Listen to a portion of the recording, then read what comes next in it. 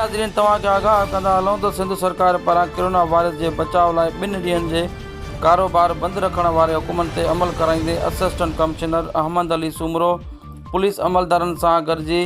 शहर जे station road, रायर रोड, पाकिस्तान चौक, बाकाई रोड, बंदर रोड समेत रेशम गली में खुलियल दुकानूं बंदि कराए छॾियूं ऐं थावनि जे दुकानदारनि पारां इनक्रोचमेंट पुलिस फोर्स साण ड्यूटी में मुंहमारी कई, जंहिंखां पोइ असिस्टेंट कमिश्नर अहमद अली सूमरो थाणे ते पहुची सरकारी हुकुमनि ते अमल न कंदड़ दुकानदारनि ख़िलाफ़ केस दाख़िल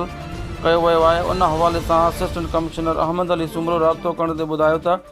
आचर ॾींहुं कारोबार बंदि रखण वारे हुकुमनि ते अमल कराईंदे शहर जे रेशम गली में गारमेंट्स दुकानदार ज़ाहिद शेख ऐं थावनि जे दुकानदार असद शेख खे इनक्रोचमेंट पुलिस वारनि दुकानूं बंदि करण जो हुकुम ॾिनो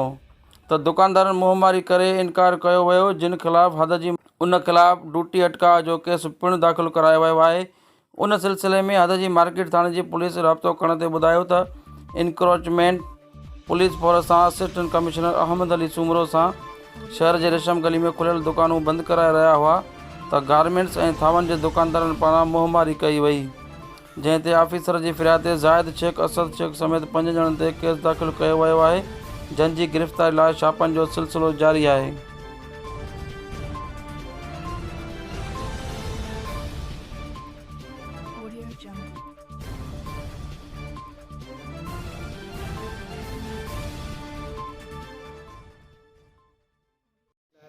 assistant commissioner Larkana, government of Sindh, NCOC, government of Pakistan जेको असांजे पूरी दुनिया में पाकिस्तान में सिंध में कोविड-19 जी बीमारी जा जेके बुरा असरात छॾिया आहिनि, उनमें मईशत तबाह थी वई आहे, माण्हू परेशान थी विया आहिनि, बेरोज़गारी थी वई आहे, तंगी थी वई आहे ऐं उन सां गॾो दुनिया में लखे माण्हू क़ीमती जानियूं ज़ाया थी वियूं आहिनि। त गवर्नमेंट जे मथां ज़िम्मेदारी आहे त पंहिंजे अवाम जी ज़िंदगी जी हिफ़ाज़त करे। इन सिलसिले में वक़्त बे वक़्तु गवर्नमेंट ऑफ सिंध नोटिफिकेशन जारी कंदी रही आहे, पंहिंजी पॉलिसी ॾींदी रही आहे SOP मूजिबि त कहिड़ी शयूं करियूं, कहिड़ी शयूं न करियूं, लॉकडाउन कहिड़ो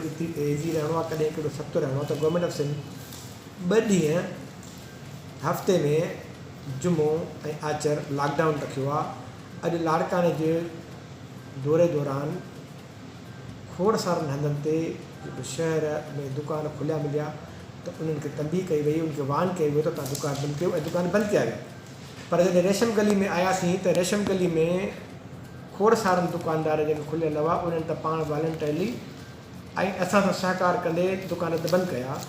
पर सिर्फ़ु हिकिड़े जॻह ते डॉक्टर भगवान दास जी क्लिनिक पुराणी आहे, उन जॻह ते कुझु अहिड़ा शतपसंद क़िस्म जा माण्हू हुआ जेके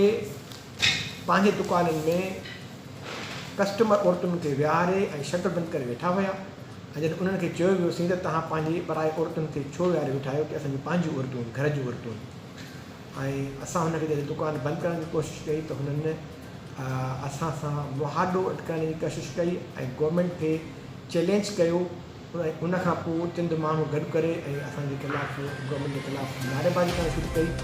ऐं हुननि इहा कोशिशि कई त जीअं असां गवर्नमेंट खे चैलेंज कयूं ऐं हीअ गवर्नमेंट का बि पॉलिसी असांजे मथां लाइ अमल न थी सघे। उन सिलसिले में मां उते बीठो रहियुमि ऐं पोइ मूंसां गॾु जेको मुंहिंजी टीम हुई, मुंहिंजो जेको फोर्स हुयो ऐं मां वधीक अॼु इन्फोर्समेंट जे लाइ ॿी पुलिस बि कॉल कई ऐं उनखां पोइ उहे माण्हू डिस्पर्स थी विया ऐं मूं हुननि खे चयो जेकॾहिं असांजी तरफ़ां तव्हां सां का ज्यादती थियल आहे, असां तव्हांजी टीम जे लीडरनि खे, तव्हांजे जेके एसोसिएशन जे लीडरनि खे जेकॾहिं न ॿुधायो आहे लॉकडाउन जो त पोइ असांखे ॿुधायो, असांजी तव्हांखे ज्यादती आहे त हुन ॿुधायो तव्हांखे मारण तक। जेकर असां ज्यादती न कई आहे ऐं तव्हां चैलेंज कंदव ऐं अहिड़े तरीक़े सां तव्हां घिराव कंदव ऐं कमु न करणु ॾींदव त पोइ तव्हां ईअं नथा करे सघो। पोइ आउं उते बीठो रहियुमि ऐं उनखां पोइ उहे जेके शरपसंद माण्हू हुआ उहे भॼी विया ऐं उहो जेके दुकान हुआ उहे सील थिया ऐं उन्हनि जे ख़िलाफ़ु FIR ही लाज थी वई आहे।